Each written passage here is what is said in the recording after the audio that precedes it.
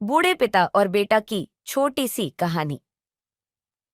एक बार की बात है, एक गांव में एक बूढ़ा पिता अपने बेटे के साथ रहता था। बूढ़ा पिता काफी कमजोर हो चुका था और उसका शरीर बूढ़ापे के असर से थकने लगा था। एक दिन बेटे ने सोचा कि उसे अपने पिता की देखभाल करने की बजाय उसे किसी और जगह भेज देना चाहिए ताकि घर में साफ सफाई और शांति बनी रहे। उसने पिता से कहा, पापा, आप अब बहुत बूढ़े हो गए हैं, आपको हमारी मदद की जरूरत नहीं। आप कहीं बाहर जाकर रहें ताकि हम आराम से अपने काम कर सकें।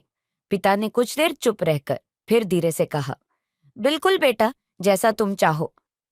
अगले दिन पिता अपनी कुछ छोटी सी चीजें लेकर घर से बाहर चला गया। वह एक छोटी सी झोपड़ी में रहने लगा जो गांव के बाहर थी। बेटे ने राहत की सांस ली क्योंकि अब उसे अपने पिता की देखभाल की चिंता नहीं थी। समय बीतने लगा और कुछ महीनों बाद पिता ने बेटे के लिए एक लकड़ी की छोटी सी कटोरी बनाई।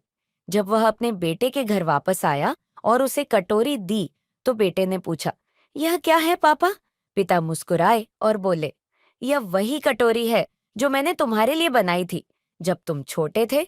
अब जब तुम बड़े हो गए हो तो इस कटोरी से अपने बच्चों को खाना देना। बेटे को समझ में आ गया कि उसने अपने पिता को कितनी जल्दी भूलने की कोशिश की थी।